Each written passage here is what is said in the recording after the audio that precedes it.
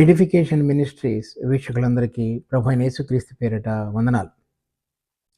ఈరోజు మన ధ్యానాంశము ఎఫెసీయులకు రాసిన పత్రిక 5వ అధ్యాయం 15వ వచనం నుంచి 21వ వచనం వరకు చూద్దాం. దినములు చెడ్డవి గనుక మీరు సమయమున పోనీయక సద్వినియోగం చేసుకొనుచు అజ్ఞానుల వలె కాక జ్ఞానుల వలె నడుచుకున్నట్లు జాగ్రత్తగా చూచుకొనడి. 17వ వచనం. ఇందు నిమిత్తము మీరు అవివేకులు కాక ప్రభువు యొక్క చిత్తం ఏమిటో గ్రహించుకొనడి. మరియు మద్యముతో మత్తులై ఉండకుడి, దానిలో దుర్వ్యాపారం కలదు, అయితే ఆత్మపూర్ణులై ఉండుడి.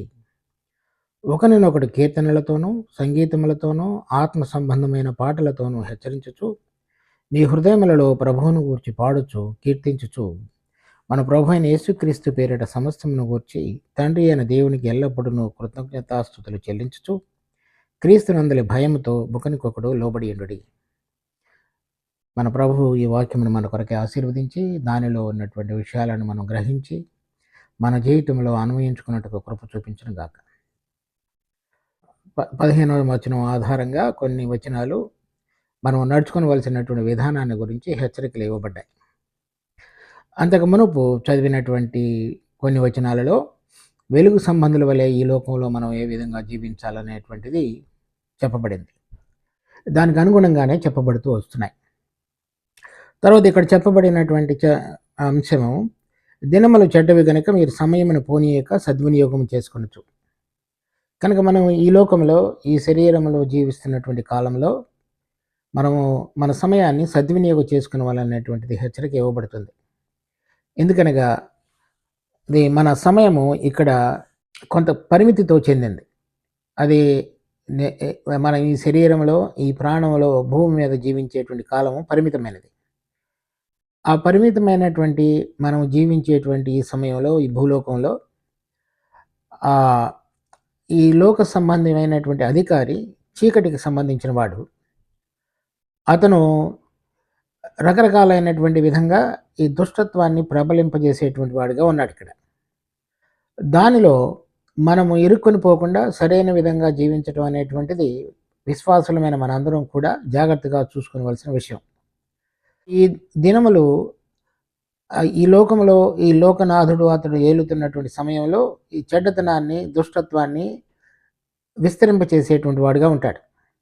కనుక దానిలో మనం జీవించేటువంటి సమయంలో మనము జాగ్రత్తగా జ్ఞానము వివేకము కలిగి నడుచుకునే వాళ్ళనేటువంటిది మనకు ఇవ్వబడినటువంటి హెచ్చరిక. చూడండి, దీని విషయంలో మరి మోషే కీర్తన 90వ అధ్యాయంలో ఈ విధంగా చెప్తాడు. 10వ వచనం. మా ఆయుష్కాలము 70 సంవత్సరములు, అధిక బలమున్న ఎడల 80 సంవత్సరములగును. అయినను వాటి వైభవము ఆయాసమే దుఃఖమే, అది త్వరగా గతించును, మేము ఎగిరిపోవదము. కనుక ఆ పరిమితి కాలంలో మనము జీవించేటువంటి సమయం వైభవము, మా యొక్క వైభవం అనేటువంటిది మేము అనుకుంటున్నప్పటికీ కూడా అది కూడా ఆయాసమే దుఃఖమే. కనుక అటువంటి అవగాహనతోటి మనము ఈ లోక సంబంధమైన వాటిలో ఇరుక్కొనకుండా జాగ్రత్త కలిగి ఉండి జీవించాలనేటువంటిది ఇవ్వబడుతున్నటువంటి హెచ్చరిక. అది సద్వినియోగం చేసుకోవాలని చెప్తున్నాడు. అంటే ఈ లోకంలో కనుక ఉన్నటువంటి పరిస్థితుల్లో కనుక మనం ఇరుక్కొని పోయి వాటిని మన అంతరంగంలో ఆధారంగా చేసుకొని మన క్రైస్తవ జీవితాన్ని కనుక ఈ లోకంలో జీవించినట్లయితే అది సద్వినియోగపరుచుకుని ఉన్నట్లుగా కాదు. అందుచేత ఇక్కడ కొన్ని విషయాలు ఏవి చేయకూడదో ఏవి చేయాలో చెప్పబడ్డాయి. మొదటిది చూస్తే అజ్ఞానుల వలె కాక జ్ఞానుల వలె నడుచుకోవటం. రెండవది చూస్తే అవివేకులు కాక ప్రభు చిత్తం ఏమిటో గ్రహించుకునటం. మూడవది మద్యముతో మత్తులై ఉండకుండా ఆత్మపూర్ణులై ఉండుట. ఈ 3 విషయాలు చెప్పబడిన తర్వాత ఇంకా 3 విషయాలు వేరువేరుగా ఇంకో కింద వచనాల్లో చెప్పబడ్డాయి. మొదటి ఈ 3 విషయాల్లో కనుక మనం చూస్తే జ్ఞానుల వలె నడుచుకునుట, అవివేకుల వలె కాక దేవుని చిత్తాన్ని గ్రహించుకునుట, మూడవది మత్తులై ఉండకుండా ఆత్మపూర్ణులై ఉండుట. ఈ జ్ఞానము వివేకము రెండు కూడా కలిసి వెళ్ళేవిగా ఉంటాయి. చూడండి, సామెతల గ్రంథం 3వ అధ్యాయం 19వ వచనం. జ్ఞానము వలన యెహోవా భూమిని స్థాపించును, వివేచన వలన ఆయన ఆకాశ విశాలమును స్థిరపరచును, ఆయన తెలివి వలన అగాధ జలములు ప్రవహించుచున్నవి. ఈ 2 విషయాలు జ్ఞానం వలన యెహోవా భూమిని స్థాపించును, వివేచన వలన ఆయన ఆకాశ విశాలమును స్థిరపరచును. కనుక ఈ జ్ఞానం అనేటువంటిది ఇక్కడ చెప్పబడుతున్నటువంటిది, ఈ జ్ఞానం కలిగి సమయాన్ని సద్వినియోగపరుచుకొని జీవించడం అనేటువంటిది ఈ లోక సంబంధమైన విషయాలలో సరైన విధంగా జీవించగలగటం. అంటే నీతిగా జీవించగలగటం. తర్వాత ఇక్కడ చెప్పబడుతున్నటువంటి వివేకం అనేటువంటిది, మనము దేవుడు వివేకము ద్వారా ఆకాశమును విశాలపరచను రాయబడినట్లుగా స్థిరపరచను. కనుక మనం పరలోకంలో ఈ పరిశుద్ధత వైపు ఏ విధంగా కలిగి దేవుని దగ్గర ఉండటానికి రావలసినటువంటి అంతరంగ స్వభావంలో మార్పు కలిగి ఉండాలో అది వివేకానికి సంబంధించింది. కనుక ఈ 2 విషయాలు కూడా మనం జాగ్రత్తగా గమనించాలి. సో ఇక్కడ సమయాన్ని సద్వినియోగపరుచుకున్నటువంటి ఇక్కడ మనం జీవించేటువంటి జీవిత కాలంలో ఇక్కడ జీవించవలసినటువంటి జీవిత విధానంలో నీతిగా జీవిస్తూ నీతిగా జీవించగలగటానికి కావలసినటువంటి జ్ఞానాన్ని, తర్వాత పరిశుద్ధంగా జీవించడానికి కావలసినటువంటి వివేకాన్ని, ఆ రెండింటిని కలిగి జీవించాలనేటువంటిది కోరుతున్నారు. ఆ 2 కూడా ఇక్కడ చూడండి, ఎఫెసీయులకు రాసిన పత్రిక 1వ అధ్యాయం 17-19 వచనాల్లో ఉన్నది. ఆ చివరి భాగంలో, దేవుడైన మహిమా స్వరూపి యొక్క తండ్రి తన్ను తెలుసుకున్నట్టు యందు మీకు జ్ఞానమును ప్రత్యక్షతయును గల మనసు అనుగ్రహించినట్లు నేను నా ప్రార్థనల యందు మిమ్మల్ని గురించి విజ్ఞాపన చేయుచున్నాను. ఇక్కడ మనం చూసినప్పుడు జ్ఞానము ప్రత్యక్షత కలిగినటువంటి మనసు కలిగి ఉండాలనేటువంటిది పౌలు ఎఫెసీలో ఉన్న సంఘంలో గురించి చేస్తున్నటువంటి ప్రార్థనలోని భాగం. తర్వాత కొలస్సీ పత్రిక 1వ అధ్యాయం 9 వచనాలలో కూడా, అందుచేత ఈ సంగతి వినిన నాటి నుండి మేమును మీ నిమిత్తము ప్రార్థన చేయటం మానక మీరు సంపూర్ణ జ్ఞానమును ఆత్మ సంబంధమైన వివేకమును గలవారునై ఆయన చిత్తమును పూర్ణముగా గ్రహించిన వారునై. కూడా ఇప్పుడు మనం ఎఫెసీ పత్రిక 5వ అధ్యాయంలో చదివినటువంటి భాగంలో చెప్పబడినటువంటి అంశాలే చెప్పబడ్డాయి.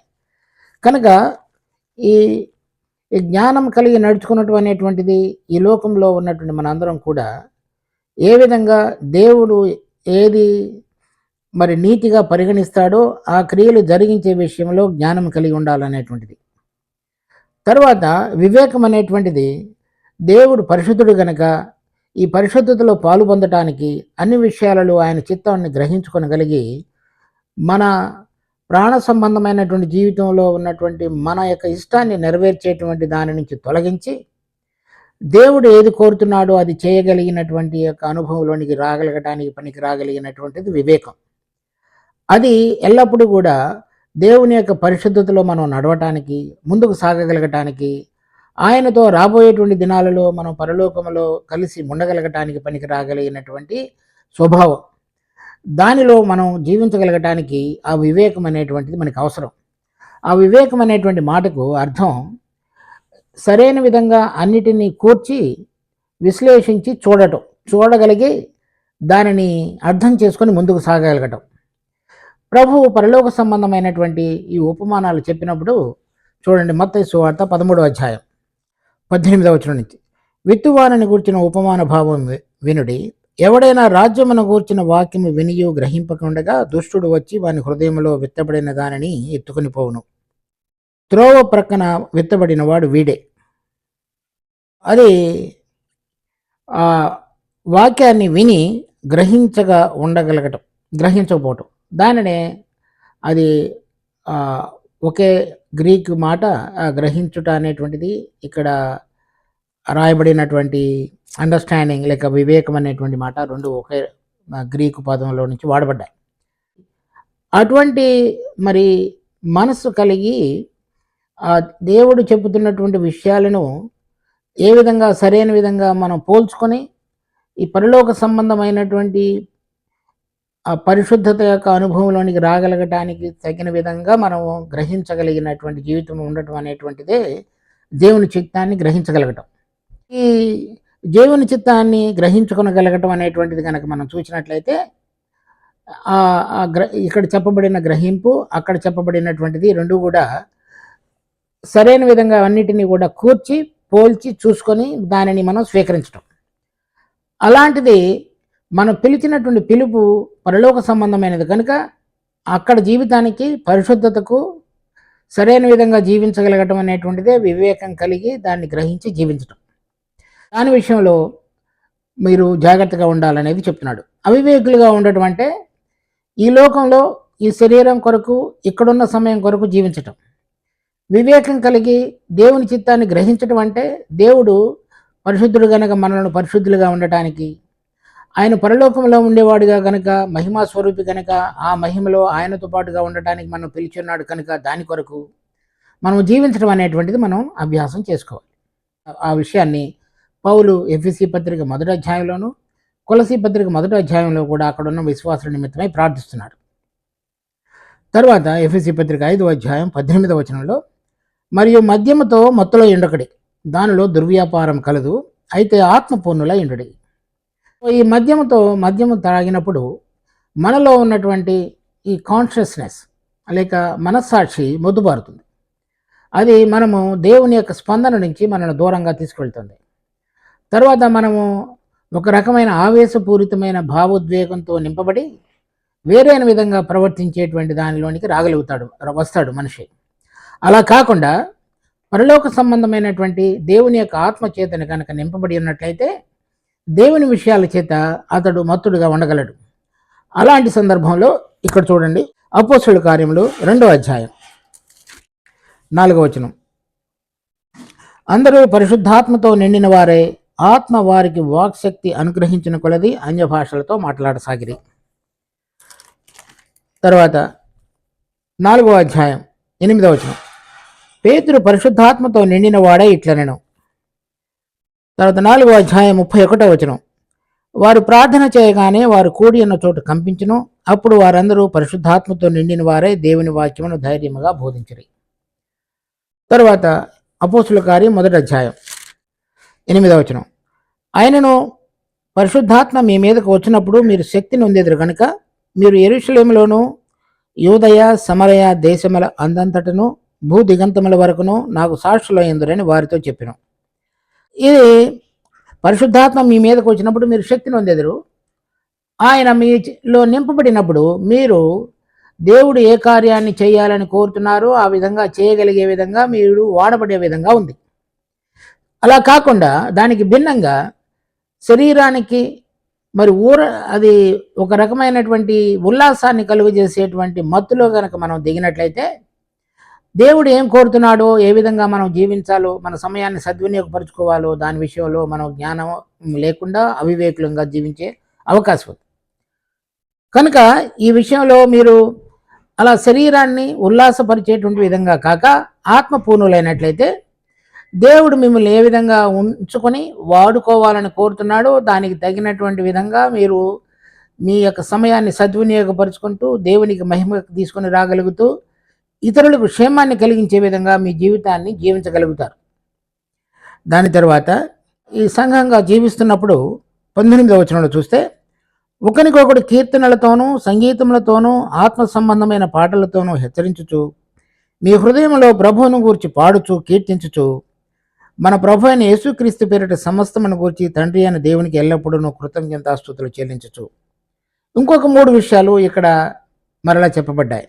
జ్ఞానం కలిగి నడుచుకునుట, మరి దేవుని చిత్తాన్ని గ్రహించుకునుట, ఆత్మపూర్ణులైండుట, తర్వాత చెప్పబడినటువంటి వాటిలో మీ హృదయములలో ప్రభువును గూర్చి పాడుచు కీర్తించుచు, తర్వాత హెచ్చరించుచు, తర్వాత ఎల్లప్పుడూ కృతజ్ఞతాస్తుతులు చెల్లించుచు. ఆత్మ కనుక మనలో నిండి ఉన్నట్లయితే ఈ విషయాలు జరిగించడానికి మనకు ఆయన సహాయపడతాడు. ఆత్మ మనలో ఉండి చూడండి, యోహాను సువార్త 16వ అధ్యాయం 13వ వచనం నుంచి, అనగా ఆయన సత్యస్వరూపి అయిన ఆత్మ వచ్చినప్పుడు మిమ్మల్ని సర్వసత్యములోనికి నడిపించడం, అది మనం దేవుని చిత్తాన్ని గ్రహించుకోగలగడానికి సహాయపడుతుంది. ఆయన తనంతట తానే ఏమీ బోధింపగా వేటిని వినునో వాటిని బోధించి సంభవింపబో సంగతులను మీకు తెలియచేయను. ఆ విధంగా ఆత్మ మనలో నింపబడి ఉండడం చేత మనం రాబోతున్నటువంటి సంగతులను గ్రహించగలిగిన వారంగా చేయబడినట్లయితే మనము దాని కొరక ఎటువంటి విధంగా సిద్ధపాటులోనికి ఆత్మ మనల్ని నడిపించుతున్నాడో గుర్తిరుగుతున్న అనుభవంలోనికి వస్తున్న కొలది మన హృదయాలు ఆయన పక్షంగా కీర్తనలతోటి నింపబడి పాటలతోటి ఆనందంతో నింపబడి ఉండగలవు. మద్యముతో నింపబడి ఉండేటువంటి ఆనందం శరీర సంబంధమైన ఉల్లాసం. ఆత్మ మనలో నింపబడి ఉన్నప్పుడు ఆయన ఈ పరలోక సంబంధమైన విషయాలను తెలియచెప్తూ మనము దానికి సంబంధించినటువంటి పరిశుద్ధతలోనికి జీవించడానికి పనికి రాగలిగిన విధంగా ఆయన మనల్ని నడిపిస్తున్న అనుభవంలో ఎదుగుతున్న కొలది మన అంతరంగంలో ఆయనను గూర్చినటువంటి కీర్తనలు మరి పాటలు మన యొక్క మనస్సును హృదయాన్ని ఉల్లాసంతో నింపేవిగా చేయబడతాం. అలాంటిది జరుగుతున్నప్పుడు, చేయగలిగిన విధంగా ఉన్నప్పుడు ఆయన నా వాటిలోనివి తీసుకొని మీకు తెలియచేయను కనుక నన్ను మహిమపరచడం. కనుక కుమారుడికి తండ్రి అనుగ్రహించబడిన వాటన్నిటిని గురించినటువంటి విషయాలు ఆయన మనకు తెలియజేసేవాడుగా ఉంటాడు. అది 1 కొరింథీ 2:9-10 వచనాల్లో ఉంది. మరి ఆయనను ప్రేమించు వారి కొరకు జగత్ పునాది వేయబడక మునిపే ఏవి ఆయన మన కొరకు సిద్ధపరిచి ఉన్నాడో అవి కంటికి కనబడలేదు, చెవికి వినబడలేదు, మనిషి హృదయానికి గోచరం కాలేదు. కానీ పరిశుద్ధాత్మ దేవుడు వాటిని మనకు తెలియపరిచున్నాడు. ఆ విధంగా తెలియపరుస్తున్న కొలది ఆ విషయాలను బట్టి మన అంతరంగము, మన హృదయము రెండు కూడా మరి ఎంతో స్తుతి ఆరాధనలతోనూ కీర్తనలతోనూ నింపబడి ఉండగలిగే విధంగా చేయబడుతుంది.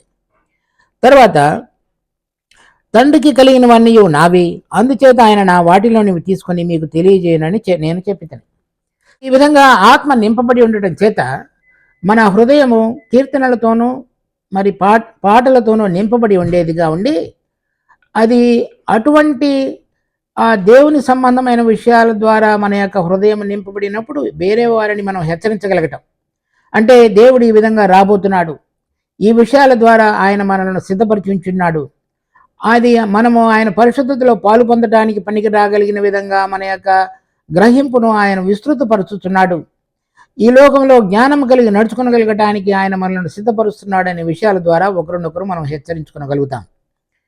తర్వాత మనము ఆ హెచ్చరించుట బట్టి మన హృదయములలో ప్రభువును గురించి పాడుతూ కీర్తించుతూ ఆత్మ మనకు తెలియజెప్తున్న విషయాలను గురించి వేరే వారి యొక్క ఆత్మ సంబంధమైన జీవితంలో బలపడాలని, మన అంతరంగంలో ఆయన మన పక్షంగా జరిగిస్తున్న కార్యాన్ని బట్టి కీర్తనలు కలిగి ఉండి, తర్వాత మన జీవితంలో మనము పైన చెప్పబడినటువంటి నీతిగాను పరిశుద్ధంగాను జీవించేటువంటి ఈ క్రమంలో ఏ ఏ విషయాల ద్వారా మనకు మరి అన్నిటినీ కూడా సరైన విధంగా మనుషులు కోరుతున్న విధంగా జరగకపోయినప్పటికీ దేవుడు వాటన్నిటినీ కూడా తన ఇష్టానుసారంగా మన జీవితంలో జరిగిస్తున్నాడనే విషయాన్ని గుర్తిరగ కలిగి సమస్తమును గూర్చి తండ్రి అనే దేవునికి ఎల్లప్పుడూ కృతజ్ఞతాస్తుతులు చెల్లించవచ్చు.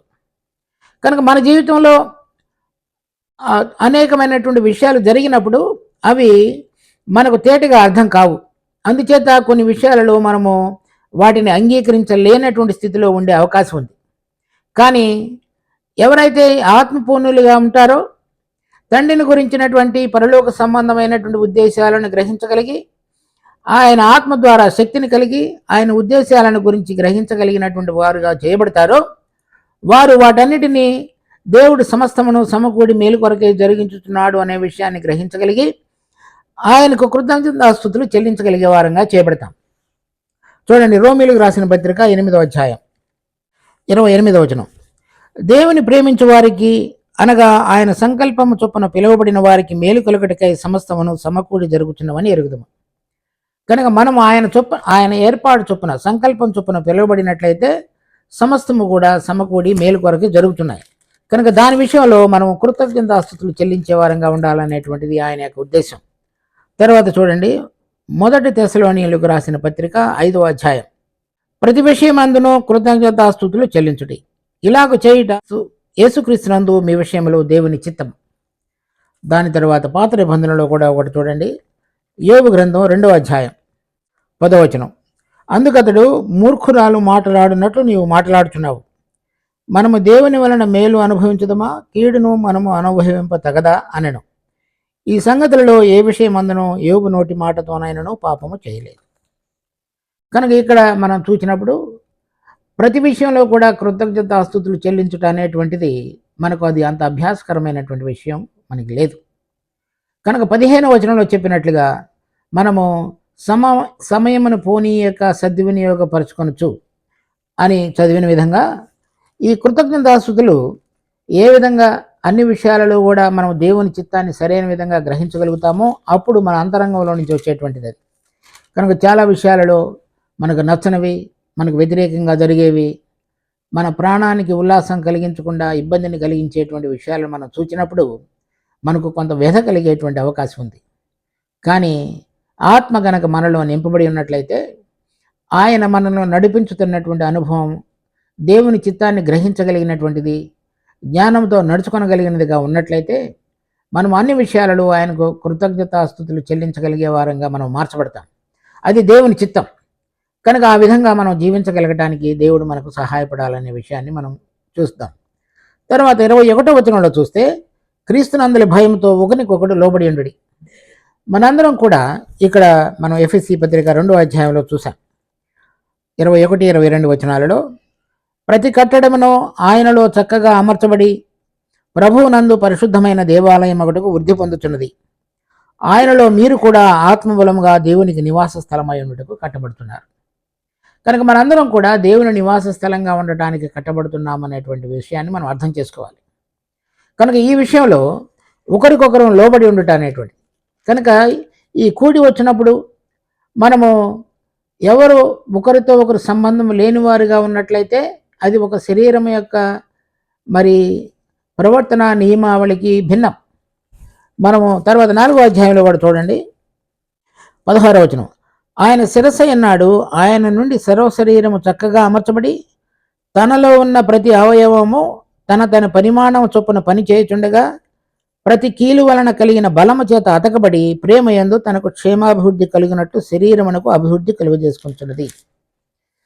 కనుక ఇక్కడ మనం చదువుతున్న 21వ వచనంలో క్రీస్తునందలి భయంతో ఒకరికొకడు లోబడి ఉండుడి అంటే మనము క్రీస్తు అనేటువంటి శిరస్సుగా కలిగిన శరీరంలో అనే సంఘం యొక్క శరీరంలో మనందరం కూడా దేవుడు ఎవరిని ఏ ఏ స్థానాలలో ఉంచాలని కోరుతున్నాడో ఆ విధంగా ఆ స్థానాలలో ఉంచున్నాడు.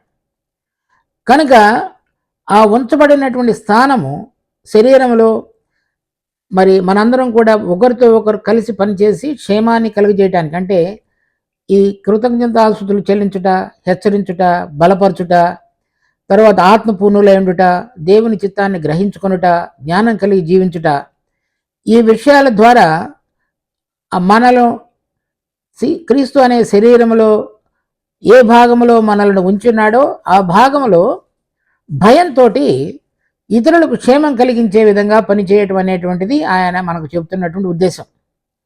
సో ఇది వ్యక్తిగతంగా మనందరం కూడా ఆ పైన 15వ వచనం నుంచి 20వ వచనం వరకు చెప్పబడినటువంటి అనేక అంశాలలో జాగ్రత్త కలిగి నడుచుకోవటానికి అవకాశం ఉంది. కానీ అదే ప్రవర్తన ఇతరుల పక్షంగా కూడా చూపించగలగటం అనేటువంటిది శరీరంలో దేవుడు మనను ఉంచినటువంటి స్థానంలో నిలబడి అటువంటి ప్రవర్తన ఇతరులకు క్షేమాన్ని కలిగించే విధంగా చేయటం అనేటువంటిది 2వ అంశం. అది మరింత కఠినతరంగా మనకు కనిపించవచ్చు.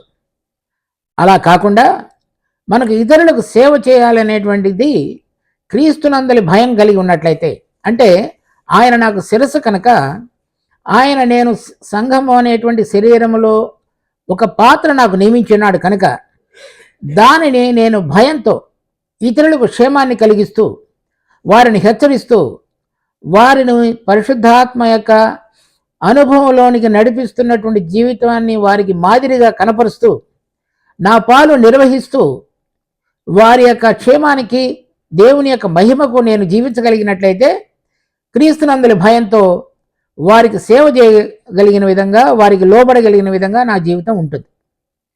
అలాంటిది కాకుండా వారితో నాకు సంబంధం లేదు అనుకుంటూ కనుక నేను జీవించినట్లయితే అప్పుడు క్రీస్తునందలి భయం నాలో లేదని, ఆయన నాకు శిరస్సుగా ఉన్నాడు అనేటువంటి అంశాన్ని నేను మరిచిపోయి అది సంఘం అనేటువంటి శరీరంలో నేను పాలిభాగస్తుడును, నన్ను ఆ శరీరంలో ఒక అంగముగా ఒక అవయవముగా ఉంచున్నాడు అనే విషయాన్ని మరిచిపోయి నేను స్వతంత్రంగా నా ఇష్టం వచ్చిన రీతిలో ప్రవర్తిస్తాను అనేటువంటిది అది ఎంతో హానికరమైనటువంటి జీవితం. అందుచేత ఈ క్రీస్తు సంఘం అనేటువంటి శరీరంలో నేను ఉంచబడినటువంటి ఆ అవయవం యొక్క పాత్రను నేను సరైన విధంగా గుర్తెరిగి 15వ వచనం నుంచి 20వ వచనం వరకు చెప్పబడినటువంటి ఆ విషయాలన్నిటినీ కూడా చక్కగా నిర్వర్తించగలగటానికి క్రీస్తునందలి భయంతో వేరే వారికి సేవ చేయగలిగినటువంటి మరి మంచి మనసు కలిగి లోపడగలిగినటువంటి తత్వం ఉండాలనేటువంటిది హెచ్చరిక. ఇది మనం చాలా మరి సంఘాలలో ఆ విధమైన చూచినప్పుడు అటువంటిది చాలా లోపించున్నట్లుగా మనం గమనించగలుగుతున్నాం. అది మన అందరికీ కూడా మన యొక్క ఆత్మ సంబంధమైనటువంటి ప్రవర్తనకు, మన ద్వారా వేరే వారు క్షేమాభివృద్ధి పొందగలగటానికి పనికి రాగలిగినటువంటి ప్రవర్తనకు అది భంగం కలిగించేటువంటిది. అది మనము క్రీస్తునందలి భయము మనలో లేనట్లుగా, అది లోపించినట్లుగా మనకు అవగతం అవుతుంది. దానిని మనం జాగ్రత్తగా గమనించి సరైన విధంగా నడుచుకోగలగటానికి దేవుడు మన అందరికీ కృప చూపించునుగాక. ప్రార్థించుకుందాం. మా జీవం కలిగిన తండ్రి, మీ కృపలో మాకు అనుగ్రహించినటువంటి వాక్య భాగాన్ని బట్టి ఎంతో వందనాలు.